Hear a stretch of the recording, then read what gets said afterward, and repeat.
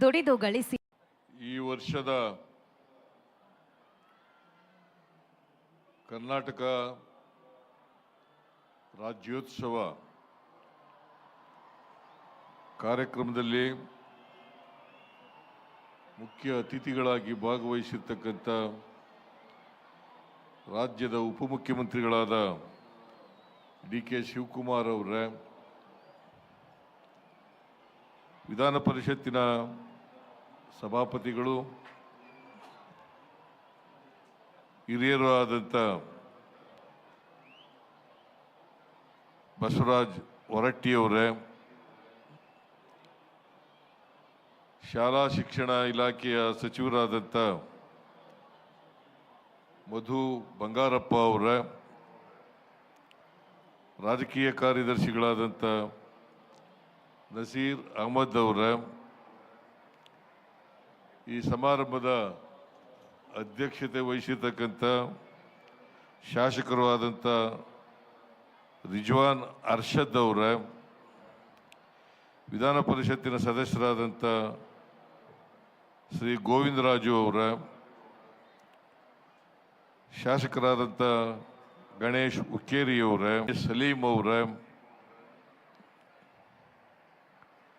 ಮೇಲ್ಮನೆಯ ಸದಸ್ಯರುಗಳಾದಂಥ Hanumanth ನಿರಾಣಿಯವರೇ, BG. Patil ಅವರೇ,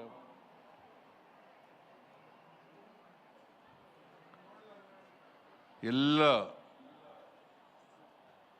ವೇದಿಕೆಯಲ್ಲಿರ್ತಕ್ಕಂಥ ಹಿರಿಯ ಕಿರಿಯ ಅಧಿಕಾರಿಗಳೇ, ಪ್ರೀತಿಯ ಮಕ್ಕಳೇ,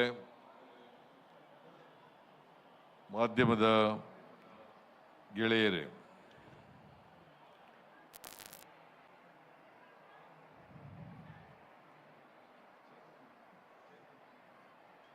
ಪ್ರೀತಿಯ ನಾಡ ಬಾಂಧವರಿಗೂ ಇಲ್ಲಿ ನೆರೆದಿರುವ ಪ್ರೀತಿಯ ಮಕ್ಕಳಿಗೂ 70ನೇ ಕನ್ನಡ ರಾಜ್ಯೋತ್ಸವದ ಹೃತ್ಪೂರ್ವಕ ಶುಭಾಶಯಗಳು. 1956ರಂದು ಏಕೀಕರಣಗೊಂಡ ನಮ್ಮ ಕರ್ನಾಟಕ ರಾಜ್ಯ ಉದಯವಾಗಿ ನವೆಂಬರ್ 1, 2025ಕ್ಕೆ 69 ವರ್ಷಗಳನ್ನು ಪೂರೈಸಿ 70ನೇ ವರ್ಷಕ್ಕೆ ಕಾಲಿಡುತ್ತಿದ್ದೇವೆ. ಈ ಸಂದರ್ಭದಲ್ಲಿ ಕರ್ನಾಟಕ ಏಕೀಕರಣಕ್ಕಾಗಿ ಹೋರಾಟ ನಡೆಸಿದ ಎಲ್ಲ ಮಹನೀಯರನ್ನು ಸ್ಮರಿಸಿಕೊಳ್ಳುವುದು ನಮ್ಮ ಆದ್ಯ ಕರ್ತವ್ಯ. ಏಕೀಕರಣ ಹೋರಾಟದಲ್ಲಿ ಹುತಾತ್ಮರಾದ ಮೈಸೂರಿನ ವಿದ್ಯಾರ್ಥಿ ರಾಮಸ್ವಾಮಿ, ಬಳ್ಳಾರಿಯ ರಂಜಾನ್ ಸಾಬ್ ಮುಂತಾದವರಿಗೆ ತಲೆಬಾಗಿ ನಮಿಸುತ್ತೇನೆ. ಏಕೀಕರಣ ಚಳವಳಿಯ ಬೀಜಗಳನ್ನು ಬಿತ್ತಿ ಅದನ್ನು ಮುನ್ನಡೆಸಿದ ಆಲೂರು ವೆಂಕಟರಾಯರು, ಅಂದಾನಪ್ಪ ದೊಡ್ಡಮೇಟಿ, ಗುದ್ಲೆಪ್ಪ ಹಳ್ಳಿಕೇರಿ, ಸಿದ್ದಪ್ಪ ಕಂಬಳಿ, R.H. ದೇಶಪಾಂಡೆ, ಕೌಜಲಿಗೆ ಶ್ರೀನಿವಾಸರಾವ್, ಕೆಂಗಲ್ ಹನುಮಂತಯ್ಯ ಮುಂತಾದ ಮಹನೀಯರನ್ನು ಹೃದಯ ತುಂಬಿ ಸ್ಮರಿಸುತ್ತೇನೆ. ಇವರೆಲ್ಲರ ಹೋರಾಟದ ಫಲವೇ ಇಂದಿನ ಕರ್ನಾಟಕ. ಕನ್ನಡವೆಂದರೆ ಬರೀ ನುಡಿಯಲ್ಲ, ಹಿರಿದಿದೆ ಅದರ ಅರ್ಥ. ಜಲವೆಂದರೆ ಕೇವಲ ನೀರಲ್ಲ, ಅದು ಪಾವನ ತೀರ್ಥ. ಕನ್ನಡವೆಂದರೆ ಬರೀ ನಾಡಲ್ಲ, ಭೂಪಟ, ಗೆರೆ, ಚುಕ್ಕೆ. ಮರವೆಂದರೆ ಬರೀ ಕಟ್ಟಿಗೆಯೇ, ಶ್ರೀಗಂಧದ ಚಕ್ಕೆ ಎಂದಿದ್ದಾರೆ ನಿಸಾರ್ ಅಹಮದ್ ಅವರು. ಭಾಷೆಯು ನಮ್ಮ ಹೆಮ್ಮೆಯ ಪರಂಪರೆ ಮತ್ತು ಸಂಸ್ಕೃತಿಯ ಅಭಿವ್ಯಕ್ತಿ ರೂಪ. ಕನ್ನಡ ಭಾಷೆಗೆ ಹಲವು ಸಾವಿರ ವರ್ಷಗಳ ಇತಿಹಾಸವಿದೆ. ನಮ್ಮ ಮಹಾಕಾವ್ಯವಾದ ಮಹಾಭಾರತದಲ್ಲಿ ಕರ್ನಾಟಕದ ಬಗ್ಗೆ ಉಲ್ಲೇಖಗಳಿವೆ. ಪುರಾಣಗಳಲ್ಲಿ, ದಕ್ಷಿಣ ಭಾರತದ ಶಿಲ್ಪ ಕಾವ್ಯಗಳಲ್ಲಿ ಕನ್ನಡದ ಉಲ್ಲೇಖಗಳು ಕಂಡುಬಂದಿವೆ. ಕನ್ನಡ ನಾಡಿನ ಸಾಮ್ರಾಜ್ಯಗಳ ಪ್ರಭಾವ ಭಾರತದೆಲ್ಲೆಡೆ ಇತ್ತು. ಬಂಗಾಲದ ಸೇನ ರಾಜವಂಶರು ಹಾಗೂ ಇಂದಿನ ಬಿಹಾರದ ಮಿಥಿಲಿಯಾದವರು ತಮ್ಮನ್ನು ಕರ್ನಾಟಕ ವಂಶ, ಕರ್ನಾಟಕ ಕ್ಷತ್ರಿಯ ಎಂದು ಕರೆದುಕೊಳ್ಳುತ್ತಿದ್ದರು. ಗೋಕಾಕ್ ಚಳುವಳಿಯು ಕನ್ನಡದ ಅಸ್ಮಿತೆಗಾಗಿ ನಡೆದ ಚಳುವಳಿ. ಈ ಚಳುವಳಿಯಲ್ಲಿ ಭಾಗವಹಿಸಿದ ನೋವುಂಡವರೆಲ್ಲರನ್ನೂ ನೆನಪಿಸಿಕೊಳ್ಳುತ್ತೇನೆ. ಪ್ರಾಚೀನ ಕಾಲದಿಂದಲೂ ಕನ್ನಡ ಭಾಷೆ, ಸಂಸ್ಕೃತಿ, ಜಾನಪದ ಇಲ್ಲಿ ಜನ್ಮ ತಾಳಿದ ಸಾಮಾಜಿಕ ಚಳುವಳಿಗಳು, ವಚನಕಾರರು, ದಾಸವರೇಣ್ಯರು, ಸೂಫಿ ಸಂತರು, ಅಗೂಢರು, ಅವಧಾತರು, ಜಾನಪದ ಕವಿಗಳು ನಮ್ಮ ನಾಡಿನ ಸಾಂಸ್ಕೃತಿಕ ಸಾಮಾಜಿಕ ಪರಂಪರೆಯನ್ನು ಶ್ರೀಮಂತಗೊಳಿಸಿದ್ದಾರೆ. ಮನುಷ್ಯ ಜಾತಿ ತಾನೊಂದೇ ಒಲಂ ಎಂದ ಆದಿಕವಿ ಪಂಪನಿಂದ ಹಿಡಿದು ಇಲ್ಲಿಯವರೆಗೂ ಭಾಷೆಯ ಸ್ಥಾನಮಾನ ದೊರಕಿದೆ. ಬಹುಭಾಷೆ, ಬಹುಧರ್ಮ, ಬಹುಸಂಸ್ಕೃತಿ ಹಾಗೂ ಬಹುಜನಾಂಗಗಳು ಒಟ್ಟುಗೂಡಿ ಬದುಕುವ ತತ್ವಗಳನ್ನು ನಮ್ಮ ಹಿರಿಯರು ಕಂಡುಕೊಂಡಿದ್ದು ಹಿಂದಿನಿಂದಲೂ ಎಲ್ಲರೂ ಒಟ್ಟಾಗಿ ಬಾಳಿ ಬದುಕಿ ನಾಡನ್ನು ಕಟ್ಟಿ ನಿಲ್ಲಿಸಿ ಸಮೃದ್ಧಗೊಳಿಸಿದ್ದಾರೆ. ಸರ್ವ ಜನಾಂಗದ ಶಾಂತಿಯ ತೋಟವನ್ನಾಗಿಸಲು ಪ್ರಯತ್ನಿಸಿದ್ದಾರೆ. ಸಾವಿರಾರು ವರ್ಷಗಳಷ್ಟು ಹಳೆಯ ಇತಿಹಾಸವುಳ್ಳ ಕನ್ನಡ ಭಾಷೆ ಮತ್ತು ಸಂಸ್ಕೃತಿಯನ್ನು ಇನ್ನಷ್ಟು ಎತ್ತರಕ್ಕೆ ಕೊಂಡೊಯ್ಯಬೇಕಾಗಿದೆ. ಶಿಕ್ಷಣದಲ್ಲಿ ಕನ್ನಡ ಭಾಷೆಯ ನಿರ್ಲಕ್ಷ್ಯವು ಹಲವು ಸಮಸ್ಯೆಗಳನ್ನು ಹುಟ್ಟುಹಾಕಿದೆ. ಜಗತ್ತಿನ ಮುಂದುವರೆದ ಭಾಷೆಗಳಿಗೆ ಇಲ್ಲದ ಬಿಕ್ಕಟ್ಟು ಇಂದು ಕನ್ನಡದಂಥ ಭಾಷೆಗೆ ಬಂದಿದೆ. ಮುಂದುವರಿದ ದೇಶಗಳ ಮಕ್ಕಳು ತಮ್ಮ ತಾಯಿ ನುಡಿಗಳಲ್ಲಿಯೇ ಯೋಚಿಸುತ್ತಾರೆ, ಕಲಿಯುತ್ತಾರೆ ಮತ್ತು ಕನಸು ಕಾಣುತ್ತಾರೆ. ಆದರೆ ನಮ್ಮಲ್ಲಿ ಇದಕ್ಕೆ ತದ್ವಿರುದ್ಧವಾದ ಪರಿಸ್ಥಿತಿ ಇದೆ.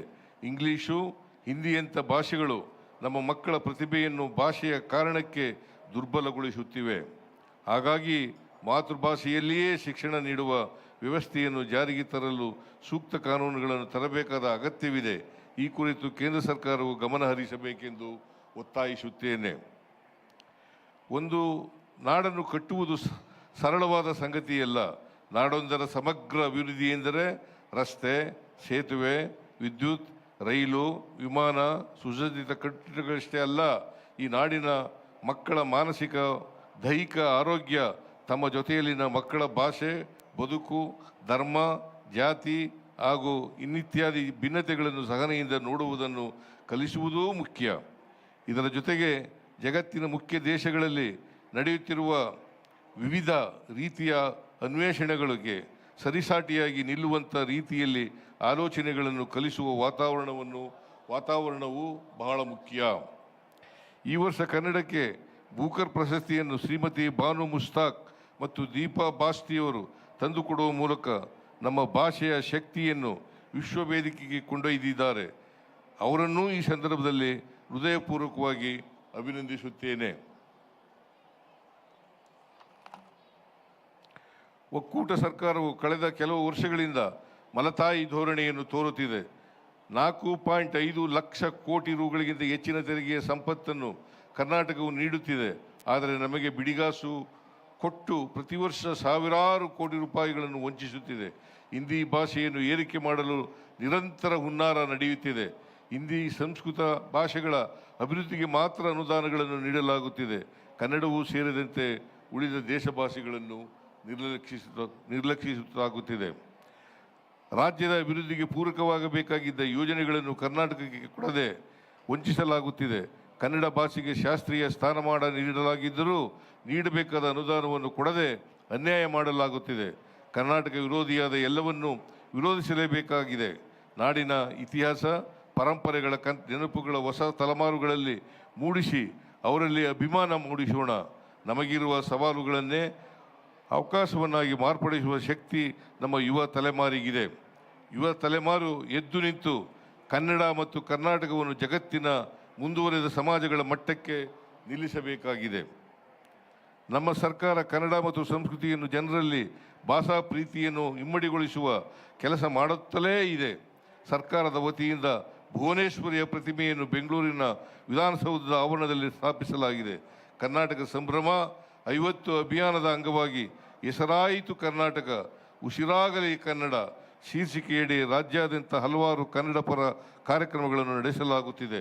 ಕರ್ನಾಟಕದಲ್ಲಿರುವ ವಾಣಿಜ್ಯ ಮಳಿಗೆಗಳ ನಾಮಫಲಕಗಳನ್ನು 60% ಕನ್ನಡವನ್ನು ಕಡ್ಡಾಯಗೊಳಿಸಲಾಗಿದೆ.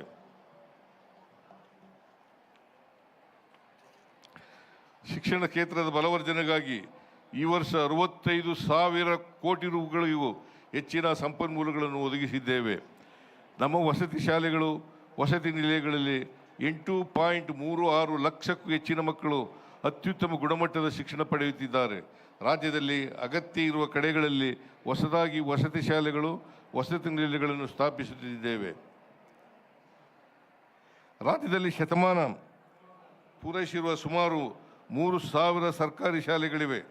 ರಾಜ್ಯದಲ್ಲಿ ಶಾಲಾ ಶಿಕ್ಷಣ ಕ್ಷೇತ್ರವನ್ನು ಬಲಪಡಿಸುವ ಸಲುವಾಗಿ ರಾಜ್ಯಾದ್ಯಂತ 2,500 ಕೋಟಿ ರು ವೆಚ್ಚದಲ್ಲಿ 800 ಸರ್ಕಾರಿ ಶಾಲೆಗಳನ್ನು ಕರ್ನಾಟಕ ಪಬ್ಲಿಕ್ ಶಾಲೆಗಳನ್ನಾಗಿ ಪರಿವರ್ತಿಸಿ ಪ್ರತಿ ಶಾಲೆಯನ್ನು 4 ಕೋಟಿ ರುಗಳ ಅಂದಾಜು ವೆಚ್ಚದಲ್ಲಿ ಅಗತ್ಯ ಮೂಲಸೌಕರ್ಯಗಳೊಂದಿಗೆ ಅಭಿವೃದ್ಧಿಪಡಿಸಲಾಗುವುದು.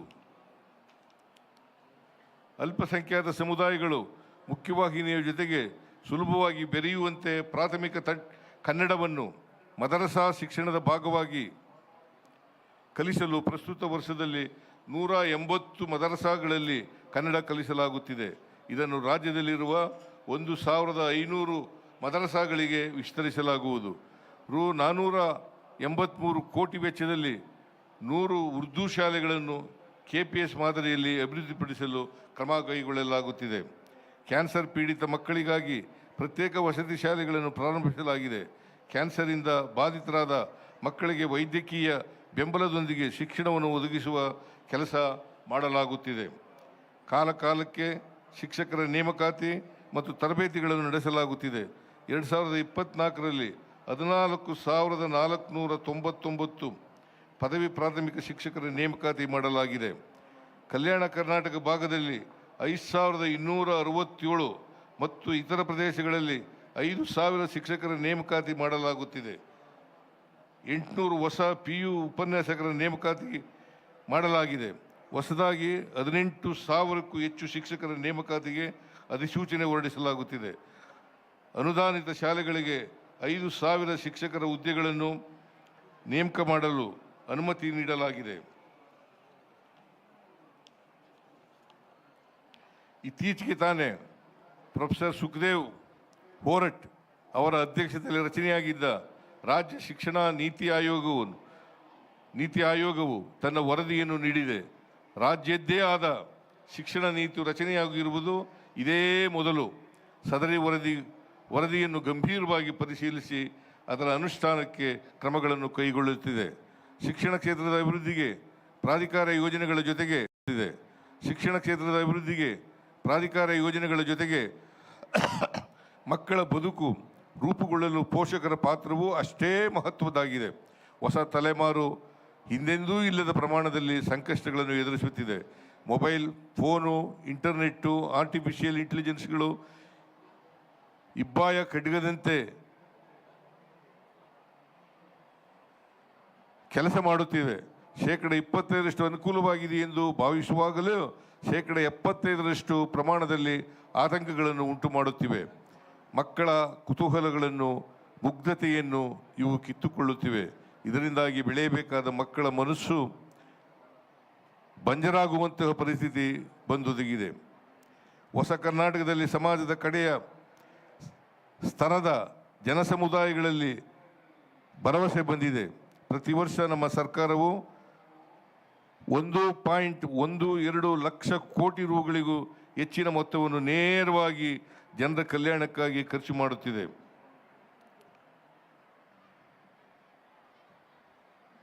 ರಾಜ್ಯದಲ್ಲಿ ಯೋಜನೆಗಳು ಪ್ರಾರಂಭವಾಗಿನಿಂದ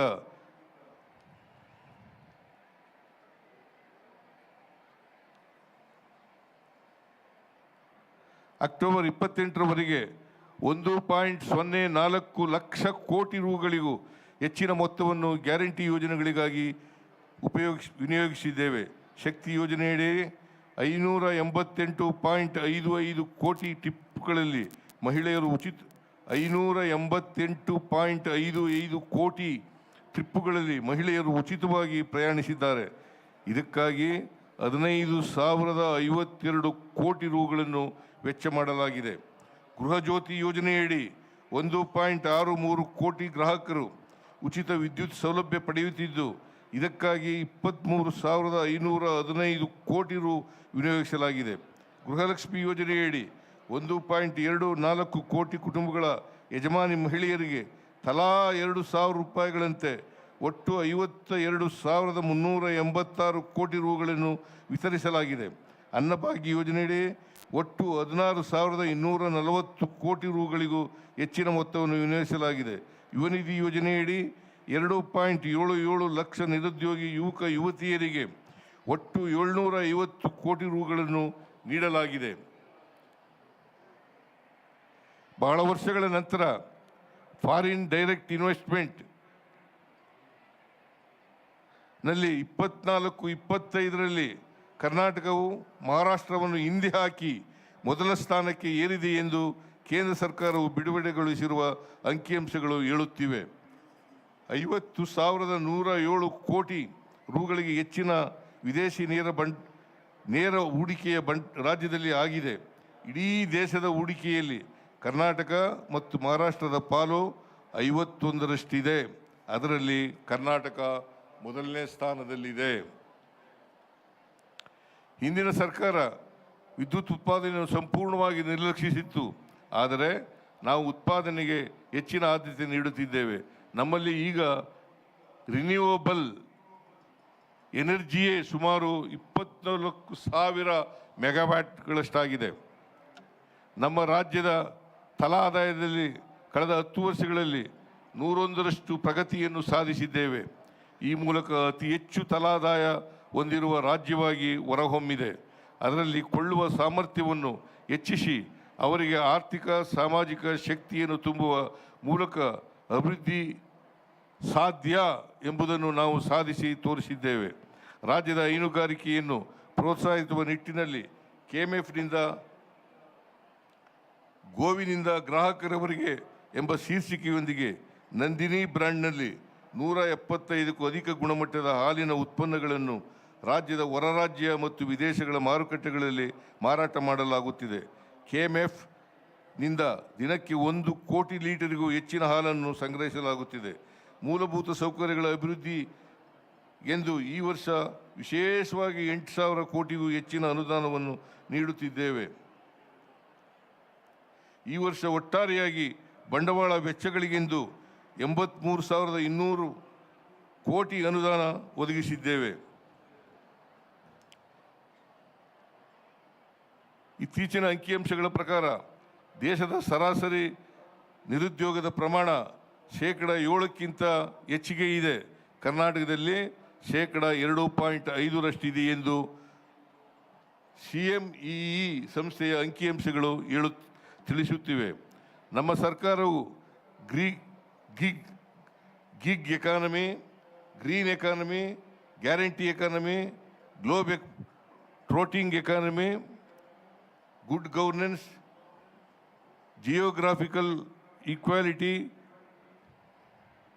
good health to all people, tender equality, good public education, good connectivity ಮುಂತಾದ 10 ಜಿಗಳನ್ನು ಮುಖ್ಯ ಗುರಿಯಾಗಿಸಿಕೊಂಡು ಧ್ಯೇಯವಾಗಿಸಿಕೊಂಡು ಕೆಲಸ ಮಾಡುತ್ತಿದ್ದೇವೆ. ಇದಕ್ಕಾಗಿ ಕರ್ನಾಟಕವು ಉದಯಿಸುತ್ತಿದೆ. ದಿ ರೈಸಿಂಗ್ ಕರ್ನಾಟಕ ಕುರಿತು ವಿಶ್ವಸಂಸ್ಥೆಯ ಮುಖ್ಯಸ್ಥರಾದ ಪಿಲೆಮಾನ್ ಯಂಗ್ ಅವರೇ ಶ್ಲಾಘಿಸಿದ್ದಾರೆ. ಇದೆಲ್ಲವೂ ನಮಗೆ ಹೆಮ್ಮೆಯನ್ನು ತಂದಿದೆ, ಜವಾಬ್ದಾರಿಯನ್ನು ಹೆಚ್ಚಿಸಿದೆ. ಕರ್ನಾಟಕದ ಬಗ್ಗೆ ಮಾತನಾಡುವಾಗ ನಮಗೆ ಬೆಂಗಳೂರು ITBT ನೆನಪಾಗುತ್ತದೆ. ದೇಶದಲ್ಲಿ ತಂತ್ರಜ್ಞಾನಾಧಾರಿತ ಫಾರಿನ್ ಡೈರೆಕ್ಟ್ ಇನ್ವೆಸ್ಟ್ಮೆಂಟ್ ಸೆಳೆಯುವುದರಲ್ಲಿ ನಾವು ಮೊದಲ ಸ್ಥಾನದಲ್ಲಿದೆ. ರಾಜ್ಯದಲ್ಲಿ ದೇಶದ 60% ಬಯೋಟೆಕ್ನಾಲಜಿ ಕಂಪನಿಗಳಿದ್ದು, ದೇಶದ ಬಯೋಟೆಕ್ನಾಲಜಿ ಕ್ಷೇತ್ರದ ರಫ್ತಿಗೆ ರಾಜ್ಯವು 50% ಕೊಡುಗೆ ನೀಡುತ್ತಿದೆ.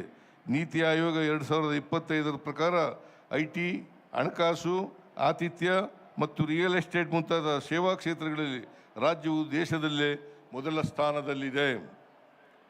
ಸ್ಟಾರ್ಟ್ಅಪ್ ನೋಂದಣಿಯಲ್ಲಿ ರಾಜ್ಯವು ಮೊದಲ ಸ್ಥಾನದಲ್ಲಿದೆ.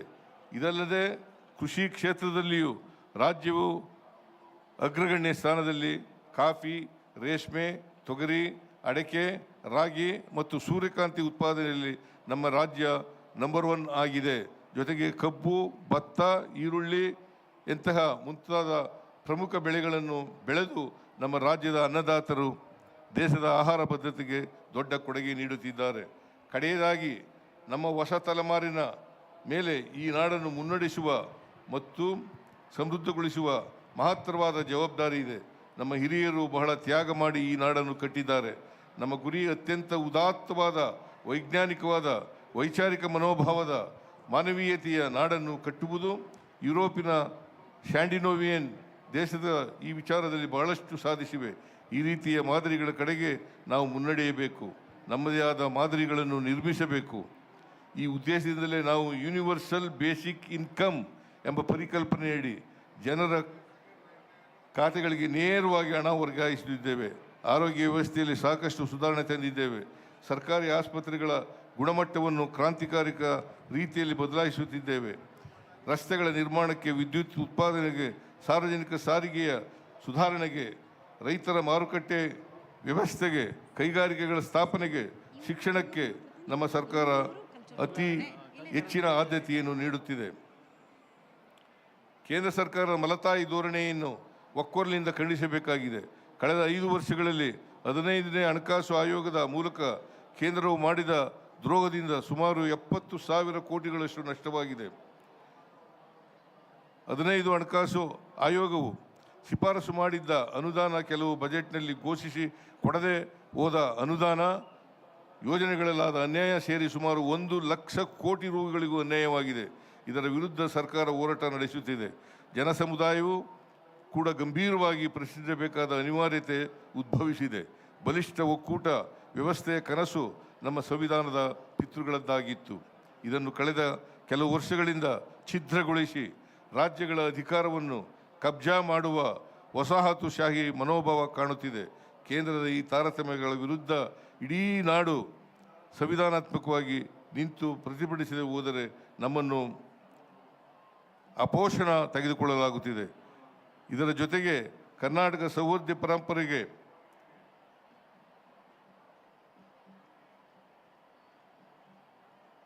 ಕೋಮುವಾದಿ ಶಕ್ತಿಗಳು ರಾಜಕೀಯ ಇಚ್ಛಾಶಕ್ತಿಗಾಗಿ ನಿರಂತರವಾಗಿ ವಿಷ ಹಾಕುತ್ತಿದ್ದಾರೆ. ಭಾರತವನ್ನು ಹಿಟ್ಲರ್ನ ಜರ್ಮನಿ, ಮುಸೋಲಿನಿ ಇಟಲಿ, ಫ್ರಾಂಕೋನ ಸ್ಪೇನ್ ಮಾಡಲು ಹೊರಟಿದ್ದಾರೆ. ಇಂಥ ದುಷ್ಟತನಗಳ ವಿರುದ್ಧ ಹೊಸ ತಲೆಮಾರು ಧ್ವನಿ ಎತ್ತಬೇಕು. ಎಲ್ಲ ಧರ್ಮಗಳಲ್ಲೂ ಮೂಲಭೂತವಾದಿಗಳಿದ್ದಾರೆ, ಕೋಮುವಾದಿಗಳಿದ್ದಾರೆ. ಈ ದ್ವೇಷವಾದಕ್ಕೆ ಯುವಜನರು ಬಲಿಯಾಗಬಾರದು.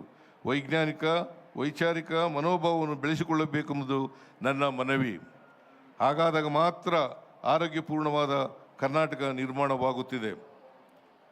ಆರ್ಟಿಫಿಷಿಯಲ್ ಇಂಟೆಲಿಜೆನ್ಸು ಜಗತ್ತನ್ನು ಆಕ್ರಮಿಸುತ್ತಿದೆ.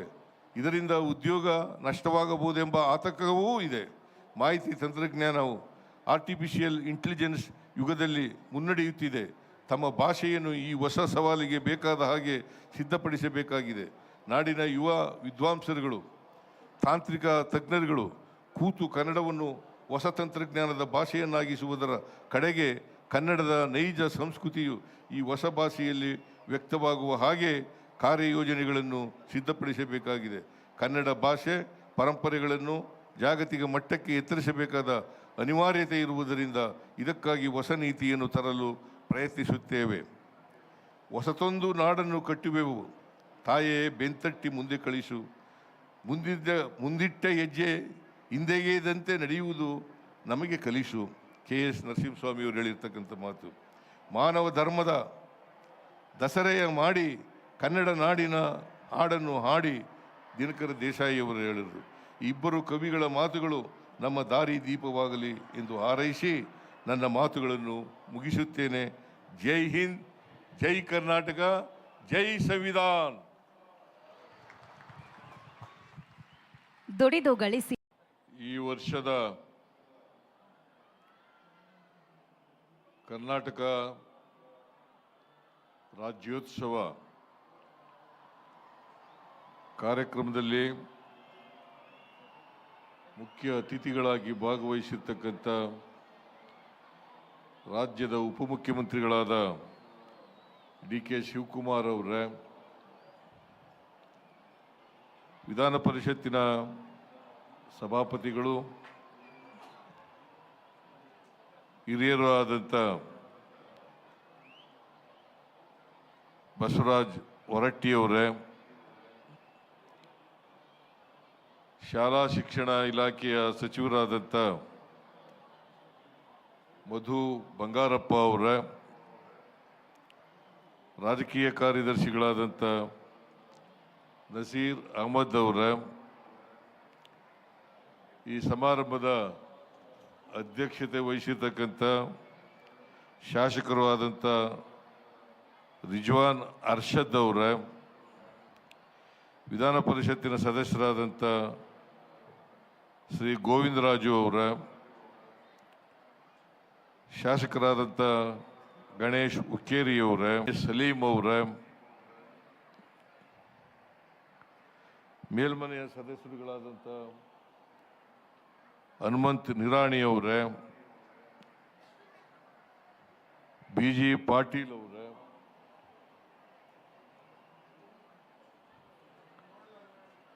ಎಲ್ಲ ವೇದಿಕೆಯಲ್ಲಿರ್ತಕ್ಕಂಥ ಹಿರಿಯ ಕಿರಿಯ ಅಧಿಕಾರಿಗಳೇ, ಪ್ರೀತಿಯ ಮಕ್ಕಳೇ, ಮಾಧ್ಯಮದ ಗೆಳೆಯರೇ,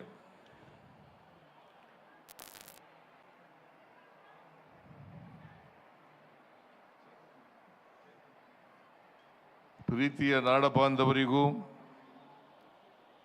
ಇಲ್ಲಿ ನೆರೆದಿರುವ ಪ್ರೀತಿಯ ಮಕ್ಕಳಿಗೂ 70ನೇ ಕನ್ನಡ ರಾಜ್ಯೋತ್ಸವದ ಹೃತ್ಪೂರ್ವಕ ಶುಭಾಶಯಗಳು. 1956ರಂದು ಏಕೀಕರಣಗೊಂಡ ನಮ್ಮ ಕರ್ನಾಟಕ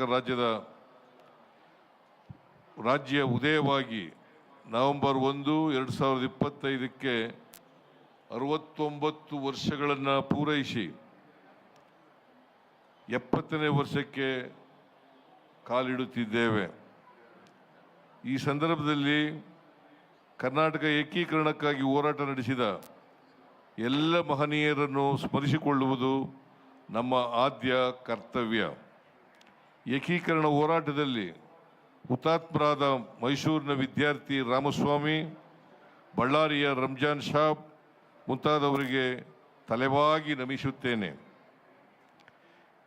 ಏಕೀಕರಣ ಚಳವಳಿಯ ಬೀಜಗಳನ್ನು ಬಿತ್ತಿ ಅದನ್ನು ಮುನ್ನಡೆಸಿದ ಆಲೂರು ವೆಂಕಟರಾಯರು, ಅಂದಾನಪ್ಪ ದೊಡ್ಡಮೇಟಿ, ಗುದ್ಲೆಪ್ಪ ಹಳ್ಳಿಕೇರಿ, ಸಿದ್ದಪ್ಪ ಕಂಬಳಿ, RH ದೇಶಪಾಂಡೆ, ಕೌಜಲಿಗೆ ಶ್ರೀನಿವಾಸರಾವ್, ಕೆಂಗಲ್ ಹನುಮಂತಯ್ಯ ಮುಂತಾದ ಮಹನೀಯರನ್ನು ಹೃದಯ ತುಂಬಿ ಸ್ಮರಿಸುತ್ತೇನೆ. ಇವರೆಲ್ಲರ ಹೋರಾಟದ ಫಲವೇ ಇಂದಿನ ಕರ್ನಾಟಕ. ಕನ್ನಡವೆಂದರೆ ಬರೀ ನುಡಿಯಲ್ಲ, ಹಿರಿದಿದೆ ಅದರ ಅರ್ಥ. ಜಲವೆಂದರೆ ಕೇವಲ ನೀರಲ್ಲ, ಅದು ಪಾವನ ತೀರ್ಥ. ಕನ್ನಡವೆಂದರೆ ಬರೀ ನಾಡಲ್ಲ, ಭೂಪಟ, ಗೆರೆ, ಚುಕ್ಕೆ. ಮರವೆಂದರೆ ಬರೀ ಕಟ್ಟಿಗೆಯೇ, ಶ್ರೀಗಂಧದ ಚಕ್ಕೆ ಎಂದಿದ್ದಾರೆ ನಿಸಾರ್ ಅಹಮದ್ ಅವರು. ಭಾಷೆಯು ನಮ್ಮ ಹೆಮ್ಮೆಯ ಪರಂಪರೆ ಮತ್ತು ಸಂಸ್ಕೃತಿಯ ಅಭಿವ್ಯಕ್ತಿ ರೂಪ. ಕನ್ನಡ ಭಾಷೆಗೆ ಹಲವು ಸಾವಿರ ವರ್ಷಗಳ ಇತಿಹಾಸವಿದೆ. ನಮ್ಮ ಮಹಾಕಾವ್ಯವಾದ ಮಹಾಭಾರತದಲ್ಲಿ ಕರ್ನಾಟಕದ ಬಗ್ಗೆ ಉಲ್ಲೇಖಗಳಿವೆ. ಪುರಾಣಗಳಲ್ಲಿ, ದಕ್ಷಿಣ ಭಾರತದ ಶಿಲ್ಪ ಕಾವ್ಯಗಳಲ್ಲಿ ಕನ್ನಡದ ಉಲ್ಲೇಖಗಳು ಕಂಡುಬಂದಿವೆ.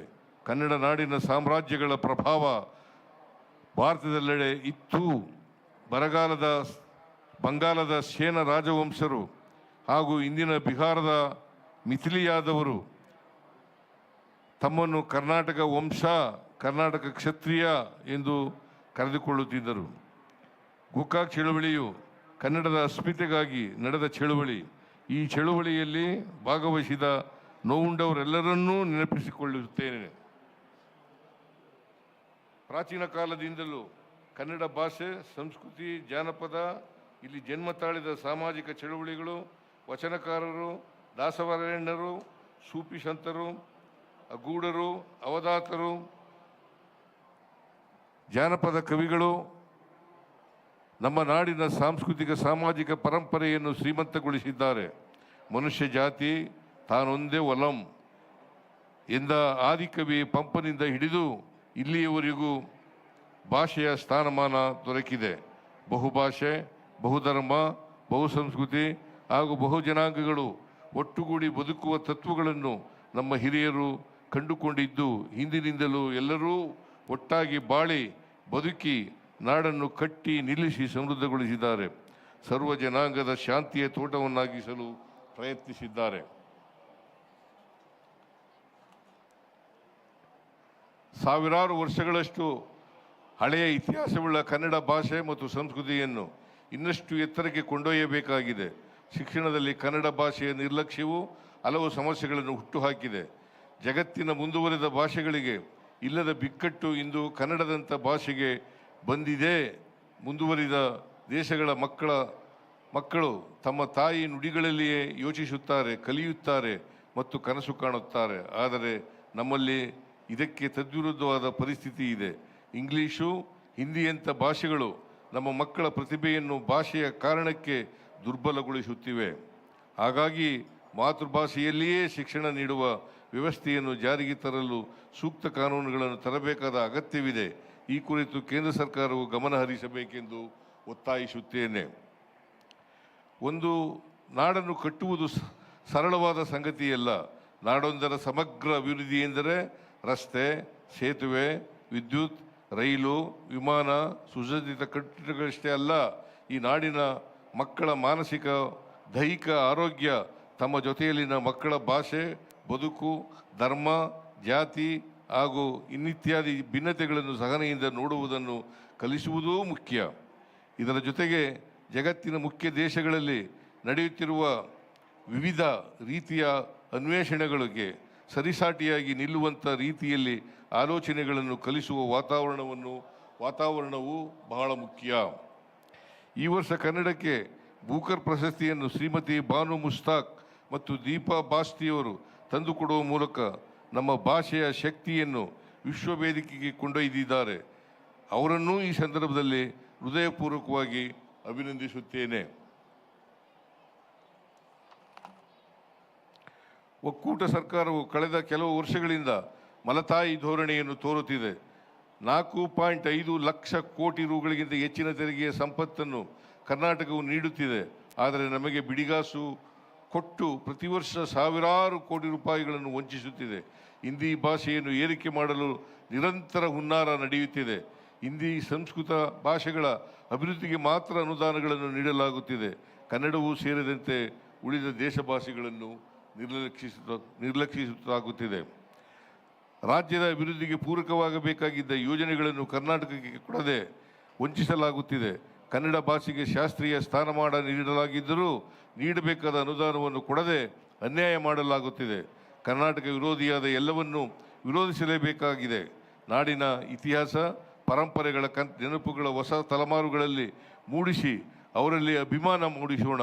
ನಮಗಿರುವ ಸವಾಲುಗಳನ್ನೇ ಅವಕಾಶವನ್ನಾಗಿ ಮಾರ್ಪಡಿಸುವ ಶಕ್ತಿ ನಮ್ಮ ಯುವ ತಲೆಮಾರಿಗಿದೆ.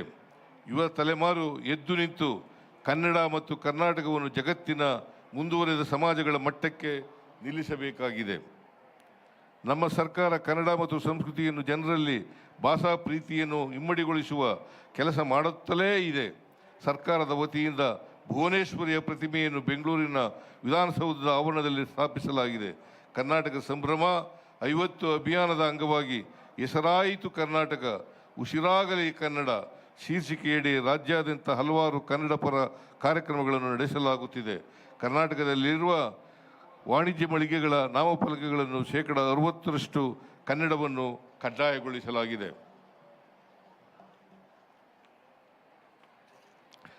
ಶಿಕ್ಷಣ ಕ್ಷೇತ್ರದ ಬಲವರ್ಧನೆಗಾಗಿ ಈ ವರ್ಷ 65,000 ಕೋಟಿ ರೂಗಳಿಗೂ ಹೆಚ್ಚಿನ ಸಂಪನ್ಮೂಲಗಳನ್ನು ಒದಗಿಸಿದ್ದೇವೆ.